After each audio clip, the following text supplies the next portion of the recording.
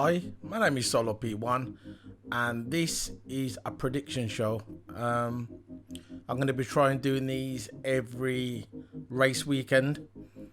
I'm going to try and predict the top three and the bottom three. I'm not going to go through the whole grid.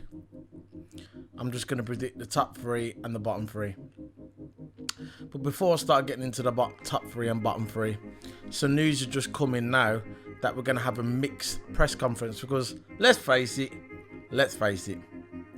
when it comes to the press conference, it's like watching paint dry. Let's face it. The teams come in. For an example, you got Ferrari. You have the two Ferrari drivers. And before they even come out onto the press conference, before the drivers come out, they're already briefed.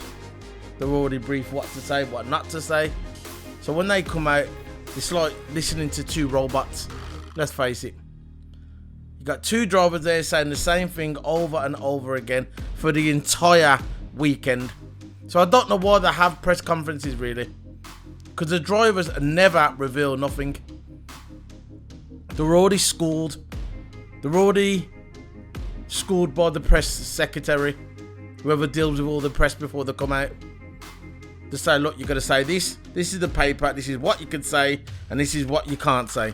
If you listen to the drivers, the way they talk and the press conference, it's basically the same. They might mix a few words around. But what it comes down to, it's the same. There's no difference. There's no difference between what they're actually saying. It's the same thing. So, what the F1 has decided to do this weekend is they're going to put different drivers from different teams together. So, we've just come in now that Sebastian Vettel is going to be on the stage press conference with Lewis Hamilton. We're going to have Max Verstappen with Mick Schumacher. Because usually when it comes to the press conference, I don't really care. I'll just sit there. If you want to fall asleep, put the press conference on, and I guarantee within 10 minutes you'll fall asleep. You won't need no night wheel or whatever you call it to help you sleep. You ain't going to need to go to the gym and work off some of that energy to try and get your head down on the night time. No, just watch the F1 press conference and that will get you through. Watch half of it and I guarantee by the end of the press conference, you're going to be falling asleep. So, hats off to F1. They're trying to mix it up and I respect that. So, this weekend, we have Imola. My favourite track of the Italian... all the Italian tracks, this is my favourite track. Alright, people are going to say, oh, what about Monza? Yeah, Monza, good track. The Temple of Speed, yeah. Got all your catchphrases. But to me, Imola is my favourite Italian track. I love the design, not just because people are going to, oh yeah, but you're an Ayrton Senna fan because you got the hat on, you're an Ayrton Senna fan. No, I just like the design of it.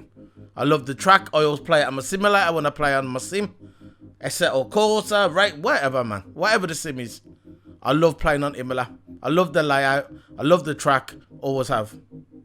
And I'm glad they've brought it back for a second year in a row. Because I wish they could make it more regular. I wish Imola could be a permanent track on the F1 season. The F1 calendar.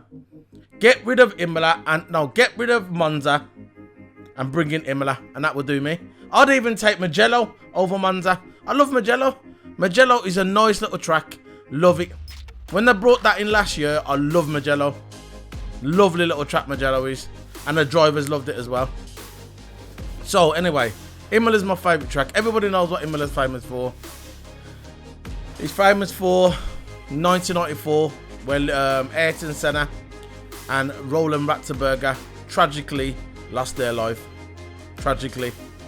People's going to talk about Ayrton Senna lost his life, and that was obviously the highlight of the decade, highlight of the F1 calendar all year. Because think about it, when Ayrton Senna died, they started changing. Alright, there was changing the regulations before, trying to make the track safer. And Ayrton Senna was one of those drivers, along with Niki Lauda and others, trying to make the F1 tracks and the drivers to be more safe. And he was one of the guys when Rubens Barrichello made his debut at Imola, and he was in practice, and he crashed. He was one of the first guys at the scene, and he was saying to the press conference, he's all right, because he felt, Ayrton Senna felt invested into the driver's safety, and that's what he was famous with, just like Jackie Stewart was, just like Niki Lauda. He was one of those guys always at the FIA trying to make this sport, this great sport that we all watch, more safe. And he tragically lost his life, Ayrton Senna. We missed that. Could have been a great rivalry for the next years.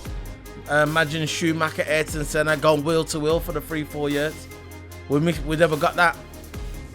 So it was a shame that Ayrton Senna lost his life, and Roland Ratzenberger. And it was a shame. And this is what this track will always be intertwined. It will always be intertwined with this track, Ayrton Senna, because obviously this is where he lost his life and Roland Ratzenberger. So obviously when it comes on TV, they're gonna have the build up. They're gonna be talking about Ayrton Senna, and yeah, to me the greatest of all time. Don't care what anybody says. Don't care if you say Schumacher. Don't care if you say Lewis. Don't care. My opinion, Ayrton Senna is the greatest of all time. Full stop. My opinion. And that's my opinion. You've got yours, I've got mine. Now, on to the top three. I'm going to start with the bottom three. Okay.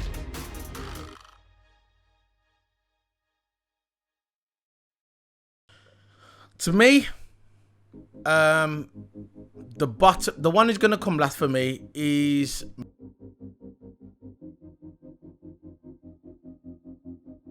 it's going to be a Haas car, and if I have to pick one, I'm going to go with Mick Schumacher. Not because he's not a great... Listen, Mick Schumacher, he's got the potential to be a great driver. If he's got any of his father's DNA, definitely going to be a great driver.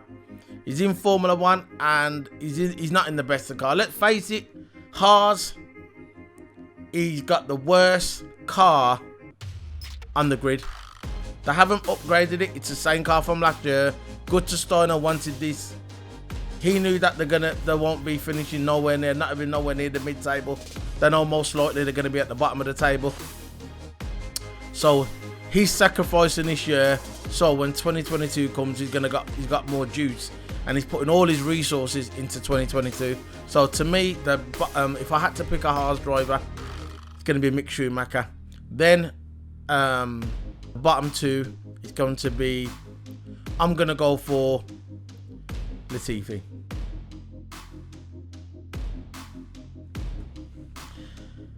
To me, Nicholas Latifi, okay, he was a decent driver in Formula 2, but to me, I don't know why Nicholas Latifi is still in F1. He was alright in F2. He wasn't the best in F2. He was an okay driver in F2. But for me, in F1, he's failed. He's failed. He has failed to out-qualify his teammate ever. Ever. He always finishes behind his team. I know George Russell is a big measuring stick, but you thought at least one time he would out-qualify or beat his teammate in a race. And he hasn't.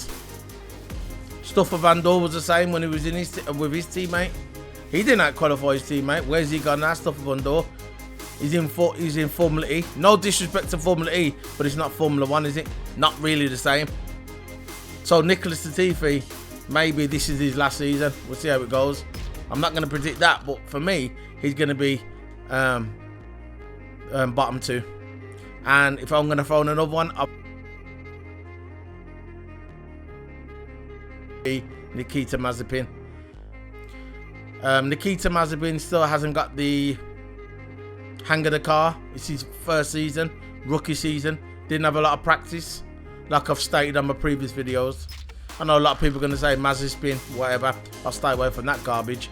But anyway, I think that he's going to be bottom three with the other two I just mentioned, Nikita Mazepin. Let's see how it goes in the next couple of races after this to see if him and Schumacher can get a hold of the car. I know it's like an uphill battle because, like I mentioned before, They haven't upgraded the car. So we're going to see how it goes with them. But them, to me, they're my bottom 3 predictions. Now, onto the top 3. This is where that comes in. Now, for me, the winner of the race, my prediction is going to be Lewis Hamilton.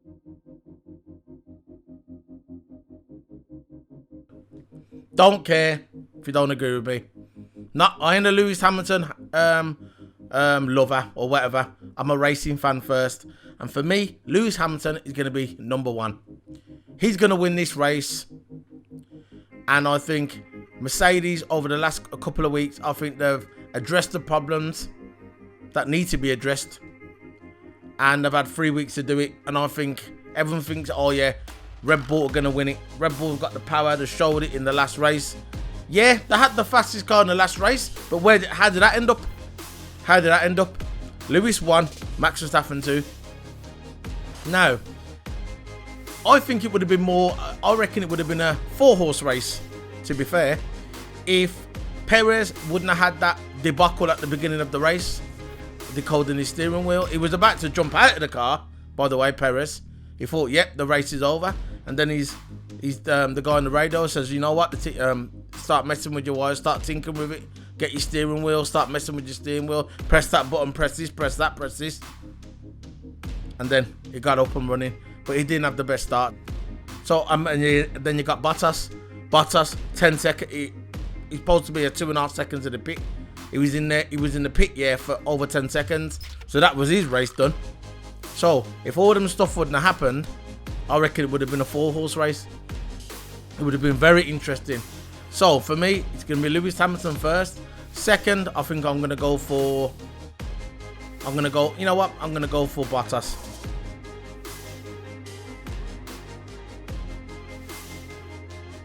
I think Bottas has got a lot to prove this race. He has to be up there with Lewis Hamilton. The constructors depend on it. I'm not just saying it because I'm a Mercedes fan. Fuck that shit. I am a racing fan first. And I think that Valtteri Bottas has got a lot to prove this season. This race, definitely this race. But holding tight to, but this race, right, he has to prove what he's got. He can't have Max Verstappen finishing in front of him again. That's going to be embarrassing for Valtteri Bottas. If Hamilton gets the win, which I'm predicting, I'm not saying it's going to happen, because if it doesn't happen, I'll be saying, look, I was wrong. I'm not going to try and twist it like some sweats or some geeks online, F1 geeks, and say, look, oh, I said this was going to happen. And then when it doesn't happen, they try and twist it. No, not me. I'm going to tell you the truth. And I think that Lewis Hamilton's going to get the win. And I think Bottas, because he's got a lot to prove, I think Bottas is going to get number 2. 3, it's a toss-up between Max Verstappen and Perez. I'm going to go for Max Verstappen. Now, because Perez is still, and he's not used to the car. He's getting there. He said it himself. He's getting there. But this is the second race in. Maybe in the next, maybe the 4th or 5th race, it will get on top of the car. But for now, because it's the second race in, I'm going to go for Max Verstappen 3rd. I think it's going to be Mercedes 1 and 2. And I think Max Verstappen is going to get the 3rd spot at the finish. That's just my opinion. And then they're my top 3 predictions of F1 Imola 2021. Rest in peace, Ayrton Senna, the greatest of all time. This is my top 3 predictions. Don't forget to hit the subscribe button. Thank you very much, guys. Bye. You are very experienced and you know a lot about racing. And you should know that by being a racing driver, you are under risk all the time. And by being a racing driver means you are racing with other people. And if you no longer go for a gap that exists, you're no longer a racing driver.